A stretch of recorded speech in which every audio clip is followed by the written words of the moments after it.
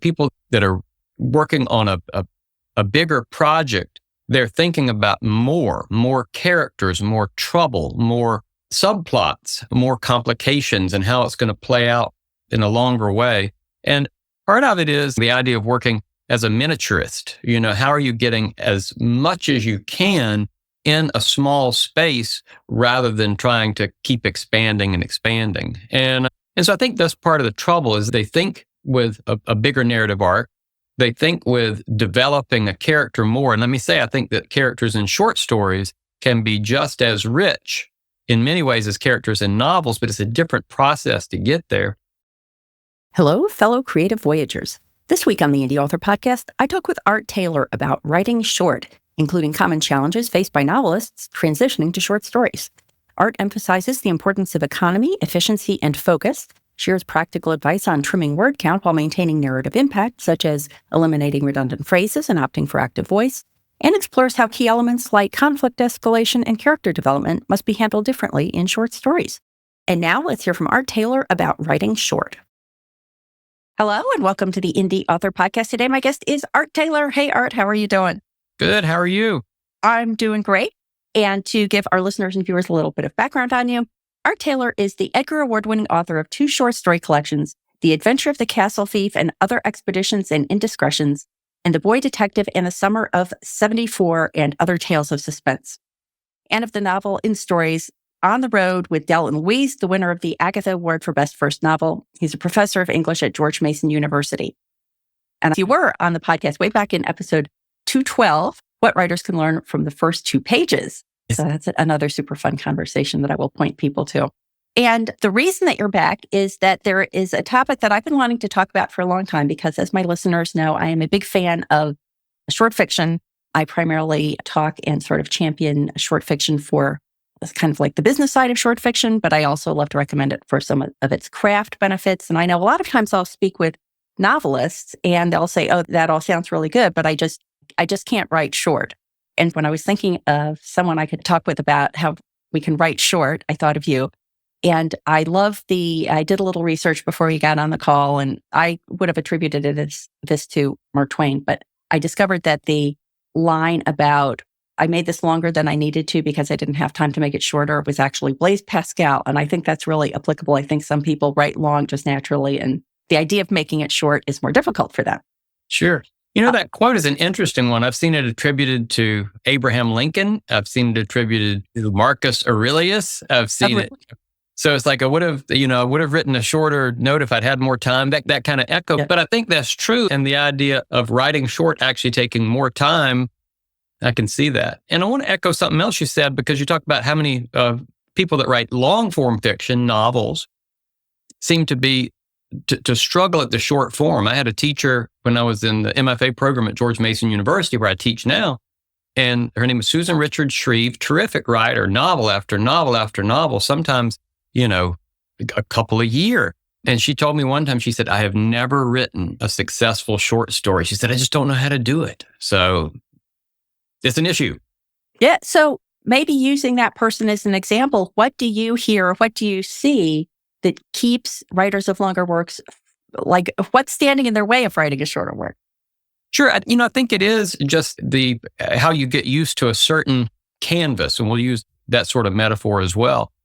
People that are working on a bigger project, they're thinking about more characters, more trouble, more subplots, more complications, and how it's going to play out in a longer way. And part of it is, to keep that metaphor going, the idea of working as a miniaturist. How are you getting as much as you can in a small space rather than trying to keep expanding and expanding? And so I think that's part of the trouble is they think with a bigger narrative arc. They think with developing a character more. And let me say, I think that characters in short stories can be just as rich in many ways as characters in novels, but it's a different process to get there. And even at the level of the prose, and we're going to talk a little bit about all this today, I hope, even at the level of the prose, I see descriptions in novels that would never work in a short story because they are lush and expansive and detailed, and you're going to work in a different way when you're trying to get a similar description, similar power to a description in short form fiction. So I think that's part of it. It's just your natural instincts, I'll put it that way, go bigger, and it has to go in a different direction when you're writing short stories. Yeah. You had provided a couple of guidelines for short fiction. I just wanted to talk through those a little bit. They were economy, efficiency, and focus. So how can a long form writer apply economy, efficiency, and focus in order to come up with an effective, shorter work?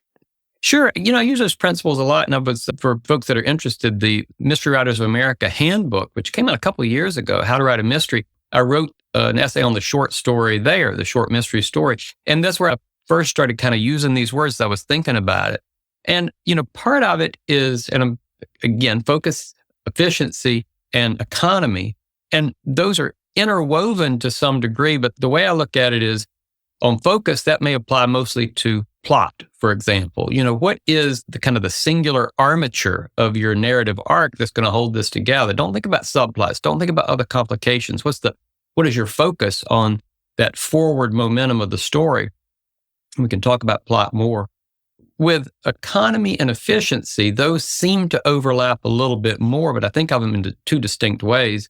One is with economy, how are you using everything that you put into that system? Let's think about it in terms of not just economical, meaning holding back on using as little as you can, but rather think about economy as every piece and every part has a role in what's going on. And if something is not needed, is superfluous, get rid of it.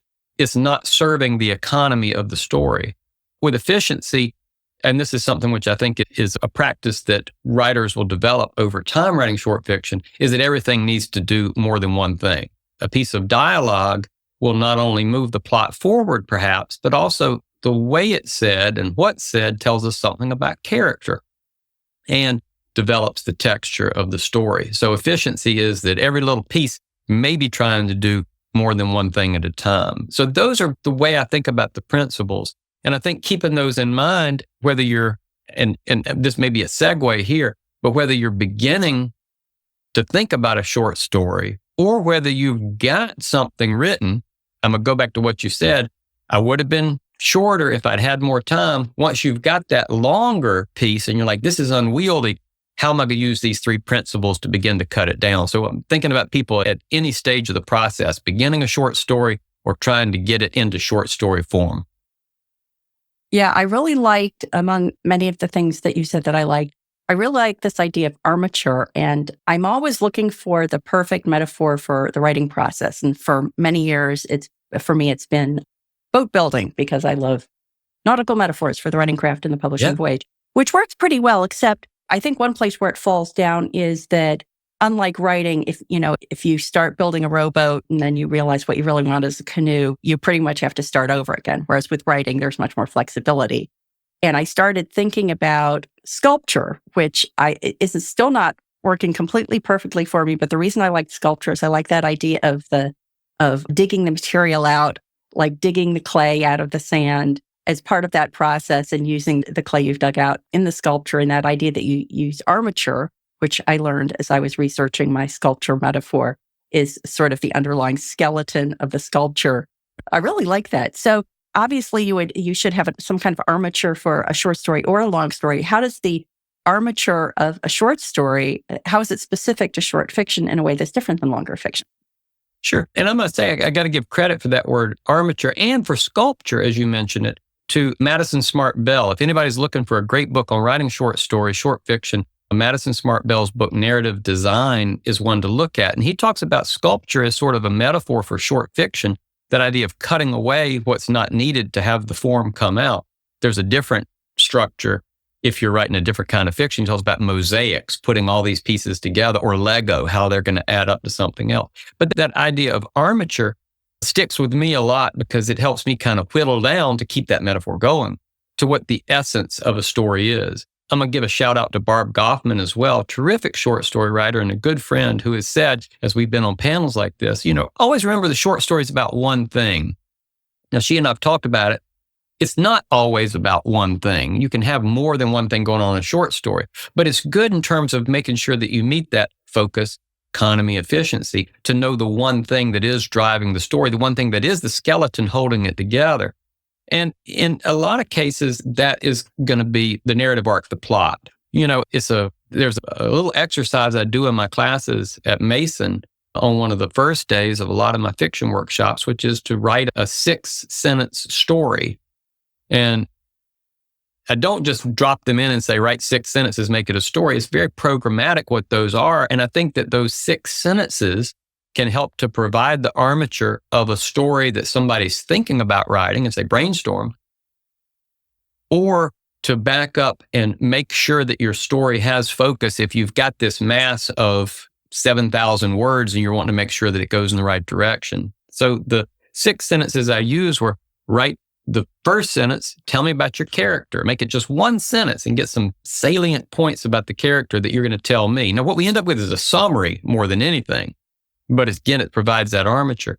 1 sentence is about character. And then ideally, what moves the plot ahead is both desire and action. A character that wants something, whether it is to solve a crime or to commit a crime, thinking of our genre fiction here, but they need to want something. And then they need to do something about it. So if you were to follow it through, detective, tell me about the detective, wants to solve a crime and then follows the clues. That seems fairly simple and part of a formula even, and yet writing it down how that happens in your story is good. A character needs money. They want money. They want to commit a crime, and then they plan the crime. And that's the way it works. So character, desire, action. But then the best kinds of stories, as we know, have complications. So then what are the conflicts? And just a sentence that sort of summarizes what the conflicts are. Now, ideally, those would escalate over the course of your sentence. Then you've got your climax and your resolution. The climax with a detective story is going to be they solve the case, generally, ideally. With a crime, there's a lot of ways that might climax, someone committing a crime. And the resolution could be happily ever after, or justice is served, or whatever you want. But if you take the time, if somebody's got, and I've had the time when I've had as much as a 12, 15, even 17,000 word draft that I'm trying to cut down considerably, but stepping back and actually writing that down and trying to articulate in just 6 sentences what's going on, that's going to reveal the armature of the story, the thing that's holding it together. So that's where I think of that. Now, there's more complications of this. Where do you start to tell a story? What do you leave in? What do you leave out? But that will provide the armature. What you were saying about, you have the 15,000 word story and you're trying to whittle it down. I know sometimes people are constrained by, let's say they want to submit a story to a contest and the contest has a certain word limit, or they're Absolutely. submitting to a magazine that has a word limit or something like that. Like sometimes the word limits are externally imposed. And I know that short fiction can mean all sorts of things. Like I think that Science Fiction and Fantasy Writers Association uses 40,000 words as the cutoff. Like anything less than 40,000 words is considered short fiction. And that includes like novelettes and flash fiction and all sorts of things. But what was driving you? Did you have an external or an internal reason for wanting to take, in this theoretical example, a 15,000 word story and shorten it? There's a lot of ways that those both internal and external reasons. I've had the case where I've written a story for an anthology call, but it's too long and I've got to cut it down for that purpose. I had my story, the title story, The Boy Detective in the Summer of '74. At one point it was a super short story that I then expanded to a strand of a novel and then cut back to its own novelette. But then I sent it to my editor, Janet Hutchings at Ellery Queen, and she said, this needs to be trimmed further. So that's specific, not necessarily a word count, but specific, like this needs to be tightened further, need to be focused further. But then sometimes it's just the feel of the story, what it needs. I had a time, not to be too anecdotal, but I was writing a story, drafting a story, and I needed to read it for a reading. I was like, I'm prepping it for this reading. And I was going to read a portion of it. So I took my girlfriend at the time, this was many years ago, and my brother, and I was reading it aloud to them, and I could see their eyes just glazing over. I'm like, this is not working. This is not working. So I felt that it needed something else. That story originally, just to let you know, started out as like 10,000 words, the one that I was reading aloud from the draft from. I ended up cutting it back to 2,500 words, and it worked much better as a story at that length.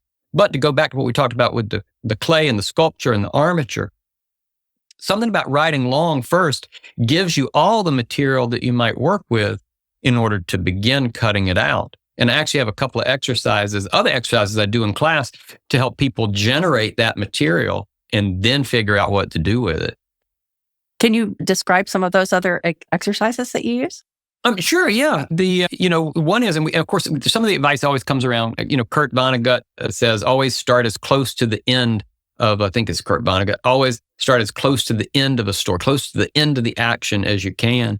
And Chekhov, but I talk about this one as well. Chekhov always said, once you've drafted your story, cut away the first 3 pages and cut off the last page, and then try to figure out how to fold that in. My exercise I do is I have people try to write a linear story, meaning it's all forward moving, no flashbacks or anything. But I want them to make a list, first of all, of anything that they want the reader to know or anything that's important to the development of the character. And that can stretch back to their character's childhood, no matter what age the character is. So just like make a chronological list of everything that is leading up to this moment. Then start at different places. And ideally start toward the end of that and think about how much you can fold in some of that other information with a quick bit of interiority, with, you don't want to do flashback usually, but with a little bit of dialogue, a little bit of something that puts it in there. So you've got the richness of the longer life, even as you're focusing on a fairly small window. And I think that's a challenge, but I think it's a challenge that benefits ultimately the story that you're producing. So that's an exercise I use to try to generate that material. That's really good for me to hear now, because I have found that because my novel length works are usually have a lot of interconnected strands and, twists and turns that I have to tie back to an earlier, maybe an event that takes place before the main storyline. So I find exactly as you're saying, I do have to write that. I have to write the whole thing chronologically and then sometimes rearrange things, or like everything you just said, make references to things that came earlier. And I'm at a point in sort of outlining a novel where I'm starting to think about what's the first page of this novel going to look like, because it's going to be one of these chapters, but I don't know which chapter it is yet. It's an interesting question, regardless of the length of one's work. Yeah. And we're not talking about composition classes, but in composition classes, I always find that students who write a weak thesis at the beginning, by the time they've written their whole draft, they found a thesis in the conclusion. It's perfect there. Then they just got to move it back. So part of this is generating the material and then figuring out how to shape it, what to do with what's best. Where is the best place to start? Of course, that's true at a novel length as well as a short story length, but you don't know until you got it all there and can see what's going on. And then okay, this is my opening. This is where it's at. And if plot is one thing, character is another. I always encourage people to do, long sort of character biographies or character inventory, generate a lot of information, whether it's going to make its way into the story or not, just lets you know what you're doing, what you're working with. I think that one thing that long form fiction writers can sometimes fall into is they decide they want to write a short story, and what they get is a vignette, which in my definition is just, it's like a lovely piece of text describing something. You can correct me if there's a better term for what I'm trying to express, but having judged short fiction contests, when I encounter those, what I think of as a vignette, it's not a compelling story for me, because there's like no arc. It can be a lovely scene of somebody looking out across the ocean from the clifftop or something like that. But I get to the end and I'm like, sure, that would have been great if it had been in the middle of a longer story that, that engaged me in a different way. Can you talk a little bit about when people are maybe bringing the wrong expectation to what a short story means? Sure, yeah. A vignette, an anecdote, we could use that as well. Here's kind of a funny thing that happened, or an amusing thing, or an interesting thing, but it doesn't have yet the narrative arc. And so I really, to go back to this idea of the 6-sentence story, I think it forces you to make sure that you do have the conflicts that are driving something together, seeing something ahead, and you do have that resolution. And resolution does not have to be everything worked out, but we want to have a sense of an ending. And I'll use that phrase, sense of an ending, a sense of conclusion, a sense of, even if it's an open-ended story in some ways, but a sense that we have gotten, that this has reached the point where I feel fulfilled and satisfied by it. But if it's not a vignette and it's not an anecdote, as funny as that might be, I don't know that those ultimately satisfy in the same way with the sense of completed statement.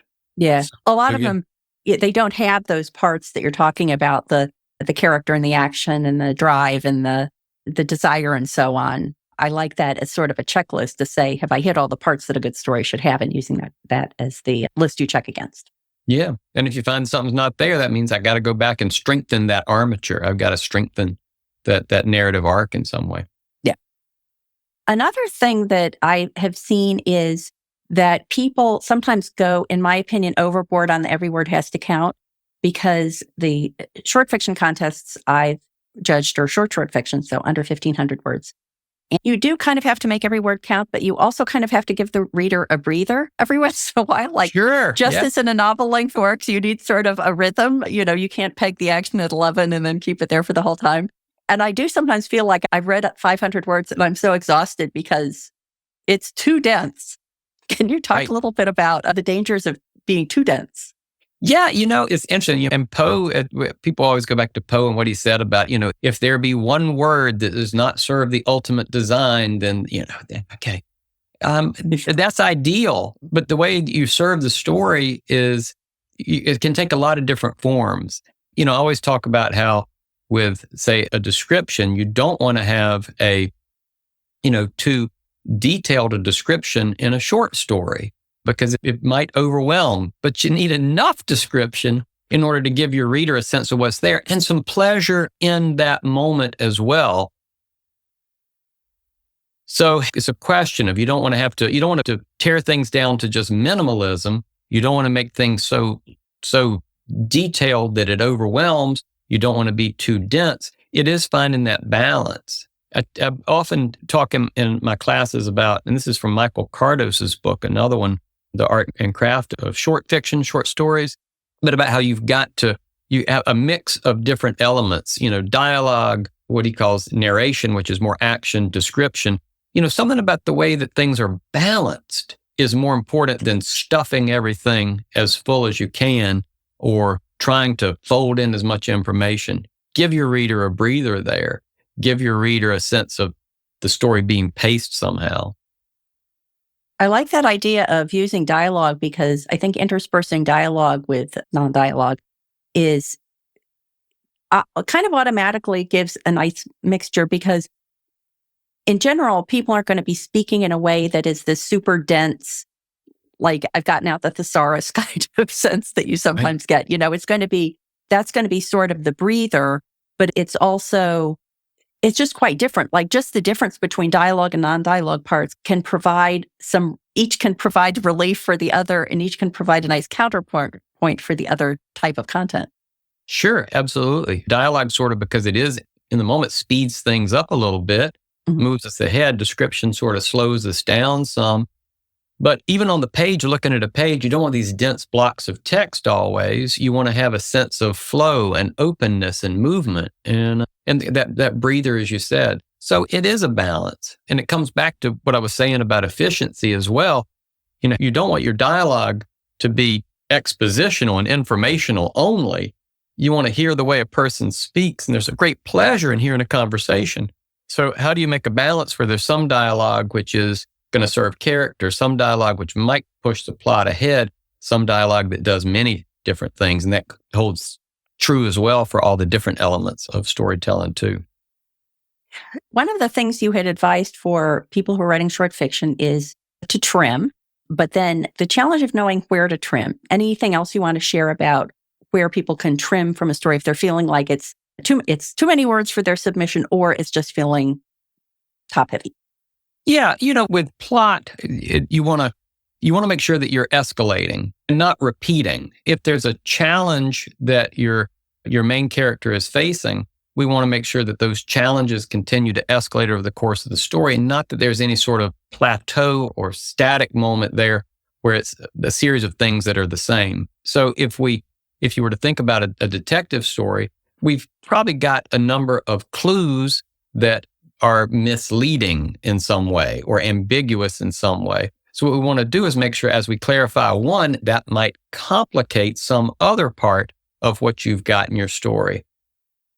But think about it kind of like beats. If you've got let's say a 15-page story, are you going to have every 3 pages or so something that seems to be a complication, a conflict, a new twist, a reversal of some kind, a sense of movement? Now, if you find several pages that are just doing the same thing or serving the same purpose without making that escalation, that's a place where you might be able to trim and cut back. I had a student, it's a beautiful story that she wrote in workshop just recently, but actually broke it down, and there was a lot of things that were happening in the middle of it. There was like a 7-page hard drive with a conversation, and the conversation seemed to repeat certain points over and over again. And I said, you know what, that can be condensed right there. It will make the flow of the whole thing better. So at that level, I think it is trying to determine, where are we escalating conflict? Where is this story literally moving ahead,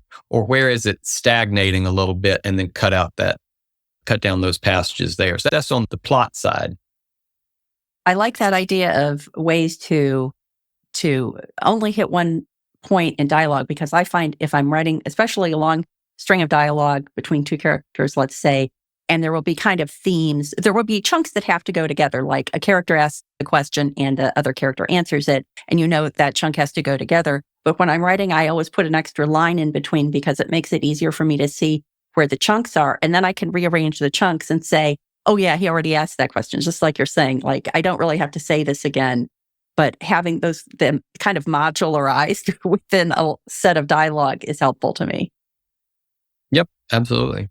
And I think, again, going back to the plot at a higher level, as we're thinking about genre fiction, I think a lot of people, especially people who write longer, like crime fiction or mysteries and things like that, might struggle a little bit with how to get in all the things that people love about mystery or crime fiction into a shorter work. And I know you had sent me an example from The Speckled Band that sort of walks through those aspects you were talking about, like character and desire and so on, that really illustrates how people can get all those aspects into a short story. Do you want to walk through how that plays out in The Speckled Band? Yeah, actually, I cut and pasted it onto my notes here. And this goes back to that 6-sentence story a little bit, but it does serve, I think, to show what's happening at the plot level. So just to give you an example, way character, desire, action, Sherlock Holmes character. Sherlock Holmes is a genius detective with the gift of observing where others only see and deducing where others remain baffled. Well, that's it. That's what he does. Desire. Sherlock wants to solve the mystery of Julia Stoner's death, her dying words about a speckled band, and prevent any similar fate for her sister Helen, already cruelly used by her stepfather Grimsby Roylott. Now, that's one sentence. It's a long sentence, but it covers everything. Solve this crime and prevent another one. It gets our characters in there. Action. And this is where I think we got escalation. Sherlock examines their mother's will, visits the family manor of Stoke Moran, analyzes the grounds and the room where Julia died and Helen is, and sets up a vigil to reveal the truth. Now, that's 4 steps in one sentence, but notice how each one provides information. Each one escalates into a new way. And we've got that sense of building and of suspense. And in the midst of that, I mentioned visits the manor, Stoke Moran. We get some description. We get the atmosphere. That's something that we want from a mystery novel. Conflict. The clues are mystifying. Dummy pull bell, saucer of milk, a leash, a locked room. And the stepfather threatens Holmes. I am a dangerous man to fall foul of. See the way the complications are building. See the way we're escalating each step of the way. I'm not going to give away too much of the story, but at the end of a dreadful vigil, and this is where we work toward that pinnacle of suspense at the end, where Sherlock and Watson are waiting to find out what the speckled band is and what's going to happen. That's the height of the tension. And then he does indeed solve the crime. The truth is found, justice is served. But people that want to read it, you'll see where that goes with resolution and climax. But each of those sentences, we show how we're getting some atmosphere. We're getting characters in conflict with one another. We're building up clues. We're building up threats. We're building up things. And the fact is that the conflicts can come from many places. It may be about one thing, but we've got threats from one character, concerns about another character, the layers of mystifying clues. Those conflicts are manifold. And it's that that nature of it, I think, that gets in everything that we want from a mystery novel in a mystery story. Yeah, and I think The Speckled Band is only about 10,000 words long. For sure. I read all the Sherlock Holmes books when I was little. And then decades later, I realized that I couldn't remember which were short stories and which were novel-length works because, I left with the same experience. Like, it felt like a novel's worth of experience to me, even when it was only 10,000 words, which I would think the holy grail of short stories, of people remembering it in that much more expansive way. Yes, absolutely. Then finally, I wanted to talk about some trimming tips you had that I think are just as valuable for long-form writers as for short-form writers. And just the idea of how can you trim back the actual words that you share in order to make things move along as quickly as possible, to make the content as compelling as possible. Do you want to talk about a couple of those? Oh, sure. Yeah. And this is something that I do in the classroom. I often, show how people can be more economical and efficient with their words, but it's also something that I do myself. I submitted a story to an anthology. Michael Bracken and Barb Goffman edited Murder Neat, Sleuthsayers anthology. And I submitted a story to that thinking that, and I forget what it was, but thinking that the word count was 7,000 and the word count was actually 6,000, whatever. It was like 1,000 word difference in the maximum. And I submitted like 800 words over that, thinking it was the larger, actually the smaller. Michael very kindly wrote back and said, appreciate the submission, but I noticed that the word count is too long. Can you resubmit? So I sat down, and in about a half hour, that's about all it took. I cut out that almost 10% of what the word count of the story was just by looking at the line level. And so there's several places that I look there. Number one, always think about modifiers and prepositional phrases, adjectives, adverbs, of course. Those are places where it's like, do we need to have all of that to serve our purpose? And I've got a passage that I've used in class. It's not from a student, it's based on a student, but I'll show you kind of how some of this works. But take out the unnecessary words at the sentence level in order to make the sentence smoother and cut your word count.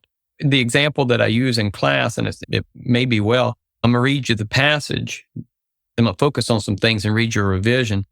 Amanda was sitting at the picnic table all by herself with a half-empty bottle of Orangina and an untouched croissant. Her face was peering into a book titled The Complete Idiot's Guide to Private Investigating, while her left hand was writing in the journal. Her eyebrows were bunched, and she was murmuring to herself, studying bugs and taps, what distinguished one from the other. Now, the one thing we have there, something I haven't mentioned yet, which is the passive voice there. We got was sitting, was peering, was writing, was murmuring. At the short story level particularly, but I think in any kind of writing, we want to keep the active as much as we can. So that's an easy way to change. Instead of Amanda was sitting, Amanda sat at the picnic table all by herself, and we can cut that more. Hang on a second. But all of a sudden, you're getting that passive voice out. But as I look at it, all by herself can be replaced with alone, right? And we've got a book titled The Complete Idiot's Guide to Private Investigating, but we know that when we see something italicized like that, if somebody's reading, that's probably a book. It might be an article, but either way. And then, okay, here's the revision that I do. By the time you cut out all the unnecessary information, Amanda sat alone at the picnic table with a half-empty bottle of Orangina and an untouched croissant. She studied The Complete Idiot's Guide to Private Investigating, jotting notes in her journal. We don't need to know it's the left hand jotting those notes. Her eyebrows bunched and she murmured to herself, distinguishing bugs from taps. And you're cutting out about a third of that one passage. And if you go through that level of attention to your sentences, step by step through a story, you can take out a tremendous amount. And it's not just about the words saved, it's the strength of the words left. I think it's stronger prose. Yeah, I think that's a great example of the opposite of being too dense with the writing, that the shorter version is easier to read. The longer version starts feeling bogged down. And so when you read the shorter version, it's not as long a slog. It's harder to get through it. Yeah. And the other tip that I always have to remind myself of is this idea that you don't have to say that of a point of view character she saw or she noticed or something like that. That's one I always find myself falling into, that, she noticed that the bottle of Orangina was half empty. You could just say the bottle of Orangina was half empty because we know based on whose point of view it is that who is doing the noticing. Yeah. And the same is true, I think, and we talk this idea of filtering. We have a lot of times where somebody will begin a description of a scene and they'll say the detective noticed, the detective saw, the detective this. But once you've established that the detective is looking at it, you just play out the rest of the scene. The reader knows what's happening. The reader fills it in. And I also think that this can go in a lot of different ways. Where do you need to explain something to the reader? And where do you trust that the reader will understand, put together things without you having to spell out everything? And that's a little harder to do, and it requires knowing where to trust the reader and where the reader might need something else. Well, you had the great example of, I think, reading the story to friends and you saw where their eyes glazed over. And I always think that's so much fun. And something you can do with short fiction that you really can't do as easily with long fiction is give it to a friend and sit there while they read it. And if they're a really good sport, have them read it out loud. Right.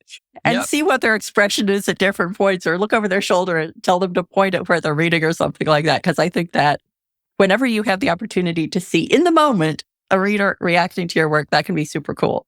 Yep. And, obviously I teach lead fiction workshops at Mason.